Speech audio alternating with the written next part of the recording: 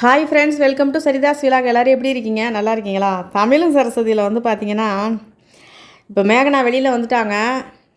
மேகனா வந்து தமிழுக்காக வந்து ஜெயிலுக்குள்ளே போனாங்கங்கிறதுனால இப்போ வந்து குடும்பமே சேர்ந்து அங்கே போயிட்டு நன்றி சொல்ல போயிருக்காங்க மேகனா வீட்டுக்கு. அங்கே என்னன்னா நமச்சி திரு திரு திரு திரு முழிச்சிக்கிட்டு இருக்காரு. சரஸ்வதி வேற வந்திருக்காங்களே, இவங்க நன்றி சொல்ல வந்திருக்காங்க, என்ன நடக்குமோ தெரிலையே அப்படின்ட்டு கூட வேறு இருந்தே குழி பறிச்சிக்கிட்டு இருக்காரு நம்ம நமச்சி. இப்போ அங்கே வந்து மாற்றி மாற்றி எல்லாம் புகழ்ந்து தள்ளுறாங்க மேகனாவை. தமிழ் வாழ்க்கையில் நீ வந்தது அவனுக்கு கிடச்ச தேவதை மாதிரி, அப்படி இப்படி தமிழுக்காக நீ இந்த அளவுக்கு ஜெயிலுக்கு போயிருக்க, தமிழ் உயிரை காப்பாற்றிருக்க, நீ தமிழுக்காக இந்த அளவுக்கு செஞ்சுருக்கியேன்ட்டு கோதையம்மா வந்து பொட்டெல்லாம் குங்குமம்லாம் வச்சு விட்டு அவங்க ஒரு பக்கம் பெருமையாக பேசிகிட்டு இருக்காங்க. நடேசன் ஒரு பக்கம் பெருமையாக பேசிகிட்டு இருக்கா. கார்த்தி நம்ம வசு வந்துட்டு தமிழ் மாமாவுக்காக நீங்கள் உள்ளே போனீங்களே, உங்களுக்கு பயமாகவே இல்லையா? உங்களுக்கு வந்துட்டு நல்ல தைரியம் உங்களுக்கு. ஆனால் அதே சப்போஸ் வந்து மாமா வந்து உங்களை வெளியில் எடுத்துட்டாரு ஜாமீனில், அப்படி எடுக்காமல் இருந்திருந்தா என்ன பண்ணியிருப்பீங்க அப்படின்னோடனே, ஒன்றும் கவலை இல்லை, தமிழுக்காக வேண்டி நான் என்னோடய தமிழுக்காக நான் என்ன வேணாலும் செய்வேன் அப்படின்னு சொல்லி மேகனா சொல்கிறாங்க. அப்போ உடனே சரஸ்வதிக்கு அப்படியே ஒரு மாதிரி ஆகிடுது. சரஸ்வதி உடனே தமிழை பார்க்குறாங்க. தமிழ் அதெல்லாம் கண்டுக்கல, உட்காந்துருக்காரு. சரஸ்வதி மூஞ்சை பார்க்குறாரு, பார்த்துட்டு அப்படியே உட்காந்துருக்காரு. இப்போ வந்து என்னன்னாக்கா, நீயும் எங்கள் வீட்டில் ஒரு பொண்ணு மாதிரி தாம்மா, என்னை வந்து ஒரு நன்றி சொல்லி என்னத்துக்கு அடுத்த மனசால் மாதிரி ஆக்குறீங்க அப்படின்னு மேகனா பெருந்தன்மையாக பேசிகிட்டு இருக்காங்க. உடனே கமலாம்மா வாய் 32 பல்லு வெளியில் தெரிகிற அளவுக்கு அவங்க வந்துட்டு அப்படியே சந்தோஷம் தாங்க முடில. இப்போ என்னான்னு கேட்க மாற்றி மாற்றி நன்றி சொல்கிறாங்க. இப்போ அடுத்து என்னன்னாக்கா, சரின்ட்டு நமச்சி இதுக்கு மேலே இங்கே இருக்க விட்டாக்கா அவ்வளோதான் அப்படின்னு சொல்லிட்டு, சரி கிளம்புங்க, வேறு நாளைக்கு வந்து ஃபங்க்ஷனுக்கு வந்துட்டு நிறைய வேலை இருக்குது அப்படின்னு சொல்லிட்டு அப்புறமேட்டு கிளம்புறாங்க. நாளைக்கு வந்துருமா ஃபங்க்ஷனுக்கு அப்படின்னு சொல்லிட்டு கிளம்புறாங்க. ஆனால் எல்லாருமே நன்றி சொல்கிறாங்க. ஆனால் சரஸ்வதி எதுவுமே சொல்லலை, கம்முன்னு அமைதியாக உட்காந்துட்டு அவங்க அப்படியே அமைதியாக எழுந்திரிச்சு போகிறாங்க. இப்போ வீட்டுக்கு போன உடனே என்னான்னு கேட்டாக்கா, நம்ம தமிழ்கிட்ட வந்து அவங்க வந்து சொல்கிறாங்க சரஸ்வதி, இப்போ கூட உங்களுக்கு சந்தேகம் வரலையா? அவங்க என்னோட தமிழ்னு சொல்லிட்டு வார்த்தைக்கு வார்த்தை ஏன் தமிழ் அப்படி இப்படிலாம் சொல்லிக்கிட்டு இருக்காங்க. அவ்வளோ உரிமையாக அவங்க பேசுகிறாங்க. இப்போ கூட உங்களுக்கு சந்தேகம் வரலையா? அவங்க உங்கள் மேலே நட்பாலாம் பழகலை, அதையும் தாண்டி அவங்க ஏதோ ஒன்று தப்பாக புரிஞ்சுக்கிட்டு உங்கள் மேலே ஏதோ அவங்க இதாக இருக்காங்க, அது எனக்கு நல்லாவே தெரியுது அப்படின்னு சரஸ்வதி சொல்கிறதுக்கு உடனே தமிழ் வழக்கமாக கோவப்படுற மாதிரி கோவப்படுறாரு.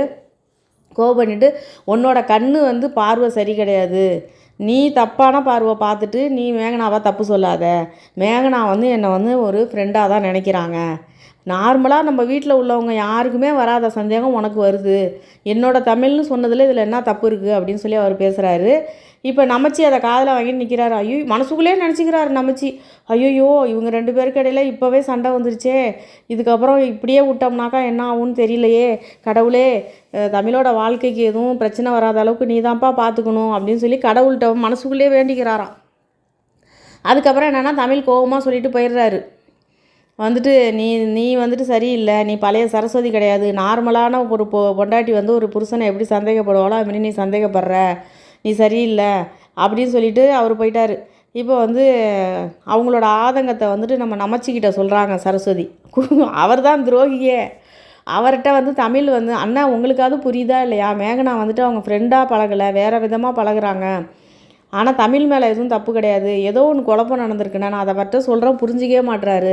இது இப்போ புரிஞ்சிக்காமல் இவர் இருக்காரே, நாளைக்கு வந்து உண்மை தெரியும் போது பிரச்சனை பெருசாகுண்ணே, இவர் தான் கஷ்டப்படுவார், அதை சொன்னாக்கா அவர் புரிஞ்சிக்கவே மாட்டுறாருண்ணா, நீங்களாவது கொஞ்சம் சொல்லுங்கண்ணே அப்படின்னு சொன்னாக்கா, நீ தாம்மா தப்பாக புரிஞ்சிக்கிட்டு இருக்க, அப்படிலாம் மேகனாவும் நினைக்கவே இல்லை, தமிழுக்கும் அப்படி ஒரு எண்ணமே கிடையாது, நீ தான் தப்பாக புரிஞ்சிக்கிட்டு இருக்கேன்னு சொல்லி இந்த துரோகி சொல்கிறான். ஐயோ கோவம் வருது எனக்கு இந்த அமைச்சியை பார்த்தா. அதுக்கப்புறம் என்னன்னாக்கா, சரஸ்வதி வேறு என்ன பண்ண முடியும், அப்படியே இருக்காங்க. இந்த பக்கம் என்னென்னா ராகினிக்கு டவுட்டு வந்துருச்சுன்னா என்ன, எப்போதும் தப்பு பண்ணுறப்ப அர்ஜுன் எப்படி இருப்பார், அதே மாதிரியே பழியை தூக்கி அவங்க மாமா மேலே போடுறாரு. ராகினி சொல்கிறாங்க, இந்த சமயத்தில் கூட உங்களை சந்தேகப்படக்கூடாதுன்னு சொல்கிறீங்களா, இவ்வளோ அளவுக்கு நடந்திருக்கு, அன்றைக்கி எனக்கு ப்ராமிஸ் பண்ணி கொடுத்தீங்க நான் தமிழில் என்னை பழி வாங்க மாட்டேன்னு, இப்போ என்னன்னாக்கா இதை மாதிரி பண்ணியிருக்கீங்க அப்படின்னோடனே, இல்லை மாமா தான் போய் பண்ணியிருக்காரு, எனக்கு தெரியாதுன்னு அர்ஜுன் நடிக்கிறாரு. உடனே என்னன்னா ராகினி சொல்கிறாங்க, இது அர்ஜுன் நீங்கள் அப்படி பொய் சொல்லாதீங்க, உங்கள் மாமா அன்றைக்கும் ஒரு பிரச்சனையிலையும் அப்படி தான் சொன்னீங்க, இதோட 3 வாட்டி 4 வாட்டி நடந்திருக்கு, எப்போ பார்த்தாலுமே நீங்கள் வந்து உங்கள் மாமா மேலே பழியை தூக்கி போடுறீங்க, உங்களை மீறி அவர் மட்டும் எப்படி பண்ணுவார் இந்த விஷயத்த அப்படின்னு சொல்லிட்டு ராகினி ரொம்ப ஆதங்கமாக அழுதுகிட்டே பேசிட்டு ரூமுக்குள்ளே போயிடுறாங்க. இப்போ வந்து ராகினிக்கு டவுட்டு வந்துருச்சு, ராகினி மேலே தான் வந்துட்டு எல்லா சொத்துமே இருக்குது, அவளுக்கு டவுட்டு வந்திருக்கு, அதனால் வந்துட்டு அவளோட டவுட்டை முதல்ல கிளியர் பண்ணு அப்படின்னு சொல்லிட்டு அவங்க அம்மா ஐடியா கொடுத்துக்கிட்டு இருக்காங்க. இப்போ தமிழை வந்துட்டு எப்படியாவது பழி வாங்கி ஆகணும். என் மாமாவே உள்ளே போயிட்டார். இப்போ என்னை வந்துட்டு இப்படி அசிங்கப்படுத்தினதுக்கு தமிழை எப்படியாவது நான் பழி வாங்கணும். அதுக்கு மேகனாவுக்கு வந்து உண்மை தெரிஞ்சாலே போதும். எப்படியாவது மேகனாவுக்கு வந்து தமிழுக்கு கல்யாணம் ஆயிடுச்சுங்கிற உண்மை தெரிஞ்சால் ஆட்டோமேட்டிக்காக தமிழோட வளர்ச்சி டவுன் ஆகிடும். அதுக்கு தான் நான் வந்துட்டு நாளைக்கு நடக்க போகிற ஃபங்க்ஷனில் கண்டிப்பாக மேகனாவுக்கு வந்துட்டு தமிழுக்கு கல்யாணம் ஆன விஷயம் எப்படியாவது தெரியப்படுத்த போகிறேன். கண்டிப்பாக ஏதாவது ஒரு விஷயத்தை நான் பண்ண போகிறேன்னு சொல்லிட்டு இவர் அர்ஜுன் சொல்லிக்கிட்டு இருக்காரு. கடைசியாக ஒரே ஒரு ஆயுதம் இருக்குது, அதை தான் நான் கையில் எடுக்க போகிறேன்னு சொல்லிக்கிட்டு இருக்காரு நம்ம அர்ஜுனு. அப்பா அர்ஜுனு நீயாவது எப்படியாவது சொல்லுப்பாங்கிற மாதிரி தான் இருக்குது நமக்கு. அர்ஜுன் மூலியமாகவும் தெரியட்டும் அப்படின்னு தான் இருக்குது.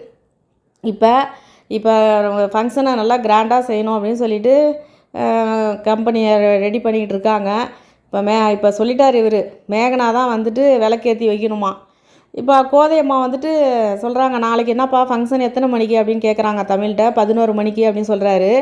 சரிப்பா நம்ம போகிறதுக்கு முன்னாடி கோயிலுக்கு போயிடலாம் அப்படின்னு சொல்லி கோதையம்மா சொல்கிறாங்க.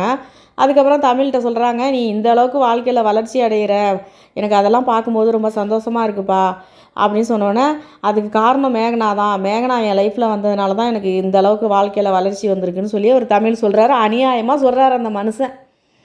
அதுக்கு வந்து கோதையம்மா வந்து, ஆமாப்பா அது ஆனால் கரெக்டு தான், அந்த பொண்ணு உன் லைஃப்பில் வந்தவொடனே தான் உனக்கு எல்லாமே நல்லது நடக்குது அப்படின்னு அவங்க சொல்கிறாங்க. அந்த கோதையம்மா போலீஸுக்கிட்ட வந்து தமிழ் அடி வாங்கினப்ப பார்த்துக்கிட்டு போனாங்க பாருங்கள். அவங்க சொல்கிறாங்க, தமிழ் சொல்கிறாரு அதுக்கு, அது உங்களுக்கு தெரியுதுமா, சில பேருக்கு அதெல்லாம் புரியல அப்படின்னு சொல்லி சரஸ்வதியை ஜாடையில் சொல்கிறாரு. சில பேருக்கு புரியலையாம். இப்போ வந்து என்னன்னாக்கா கோதையம்மா கோதையம்மா வந்து பார்க்குறாங்க, அவங்களுக்கு ஒன்றும் புரியல. அதுக்கப்புறம் தமிழ் சொல்கிறாரு, நீங்கள் ஆசைப்பட்ட மாதிரியே 2000 பேர் ஒர்க் பண்ணுற ஒரு கம்பெனியாக நான் அதை உருவாக்குவேன், அதுதான் என்னோடய லட்சியமே அப்படின்னு சொல்லி தமிழ் சொல்கிறாரு. கோதையம்மாவுக்கு சந்தோஷம் தாங்க முடியல. ஆனால் சரஸ்வதிக்கு மட்டும் மனசே சரியில்லை. ஆனால் அந்த ஒரு வார்த்தை சொல்கிறது தப்பு இல்லை. இவங்களோட வளர்ச்சிக்கு தமிழோட வாழ்க்கையில் வந்துட்டு முக்கியமான ஒரு ஆள் மேகனாவால் தான் தமிழ் வந்து இந்த அளவுக்கு வாழ்க்கையில் வளர்ந்து நிற்கிறாராம். அப்போ வந்துட்டு அன்றைக்கி வீட்டை விட்டு வெளியில் துரத்துறப்ப யார் மேகனாவா கூட சுற்றுனாங்க? வீட்டை விட்டு வெளியில் துரத்தி விட்டாங்க. வந்துட்டாரே கோச்சிக்கிட்டு வீட்டை விட்டு வந்துட்டாரே, அன்றைக்கி யார் கூட இருந்தது? அன்றைக்கி சரஸ்வதி தானே கூட இருந்தாங்க. அன்றைக்கி அந்த சரஸ்வதி வந்து தூங்காமல் பாவம் தமிழ் வந்து வேர்த்து ஊற்றுதே பாவம், ஏசியில் இருந்தவராச்சேருன்ட்டு டவலை நினச்சி விடிய அவங்க தூங்காமல் உட்காந்துக்கிட்டு தமிழுக்கு விசிறிக்கிட்டு உட்காந்தாங்க. ஒவ்வொரு விஷயத்துலேயும் வந்துட்டு தமிழுக்கு வந்துட்டு கூட இருந்தாங்க. அந்த எலெக்ஷனில் நிற்கிறப்ப கோதையம்மா அர்ஜுனோட சேர்ந்துக்கிட்டு என்னென்ன பண்ணிச்சு தமிழை அப்போ கூட வந்துட்டு தமிழுக்கு உறுதுணையாக இருந்துக்கிட்டு இருந்தாங்க. அவங்க தமிழ் வேலைக்கு போகலேன்னு சொல்லிட்டு மெக்கானிக் செட்டில் போயிட்டு வேலைக்கு போனாங்க. இதெல்லாம் அவருக்கு கண்ணுக்கு தெரியல. இன்றைக்கி வந்த மேகனா தான் கண்ணுக்கு தெரியுது. இது எந்த விதத்தில் நியாயம்னு ஒன்றுமே புரியல. ஆனால் வந்து ரொம்ப கஷ்டமாக இருக்குது. ஆனால் சரஸ்வதி வந்து இப்போ கன்சீவாக இருக்காங்க. இந்த நேரத்தில் வந்துட்டு தமிழ் இதை மாதிரி நடந்துக்கிறது வந்து ரொம்ப கஷ்டமான ஒரு விஷயம். அவங்க மனசளவில் எவ்வளோ வேதனையாக இருக்கும். அவரோட வளர்ச்சிக்கு வந்து காரணம் மேகனான்னு சொல்கிறாரு. என் வாழ்க்கையில் வந்த தேவதை அவங்க தான் காரணம். நான் இந்த அளவுக்கு வாழ்க்கையில் வளர்ந்துருக்கேன்னா அதுக்கு அவங்க தான் காரணம் சொல்லலாம். ஒரு விதமாக தான் சொல்லலாம். அன்றைக்கி கஷ்டப்பட்டப்போ சரஸ்வதி தான் என் கூட இருந்தா.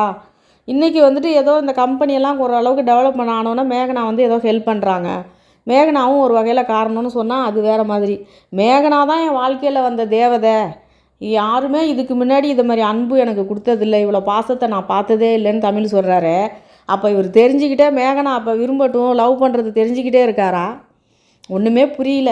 எல்லாமே தெரிஞ்ச நமச்சி வாயை மூடிக்கிட்டு இருக்காரு. இப்போ என்ன சொல்கிறாரு, இதுக்கு மேலே வந்து நம்ம அப்படியே கம்முன்னு அமைதியாக இருந்தோம்னாக்கா தமிழோட வாழ்க்கை போயிடும், தமிழும் சரஸ்வதியும் பிரிஞ்சிடுவாங்க. அதனால் நாளைக்கு ஃபங்க்ஷன் முடிகிற வரைக்கும் அமைதியாக இருக்கலாம்.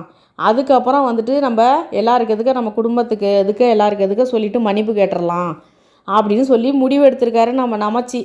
அதுக்கு முன்னாடி அர்ஜுனே வந்துட்டு ஃபங்க்ஷனை வந்து எப்படியாவது வந்து ஃபங்க்ஷனை நடக்க விடாத அளவுக்கு மேகனாவையும் தமிழையும் பிரிக்கணும்னு அவர் பிளான் பண்ணியிருக்காரு. ஏதாவது ஒரு பிளான் பண்ணுங்க, எப்படியாவது மேகனாவுக்கு தெரிஞ்சால் போதும்னு நம்ம நினச்சிக்கிட்டு இருக்கோம். இப்படி தான் இருக்குது தமிழும் சரஸ்வதியும். இன்றைக்கி இது தான் நடந்துச்சு. ஆனால் சரஸ்வதியை பார்க்க ரொம்ப பாவமாக இருக்கிற மாதிரி இருக்குது. யாருக்குமே அந்த நிலமை வரக்கூடாதுல்ல. கூடவே இருந்து கஷ்டப்பட்டுட்டு கடைசியாக பேரெல்லாம் மேகனாவுக்கு போயிடுச்சுல்ல. ஆனால் பாவமாக தான் இருக்குது. இன்றைக்கி இதுதான் நடந்துச்சு. இந்த வீடியோ உங்களுக்கு பிடிச்சிருந்தா லைக் பண்ணுங்கள், ஷேர் பண்ணுங்கள், சப்ஸ்கிரைப் பண்ணுங்கள். நன்றிங்க.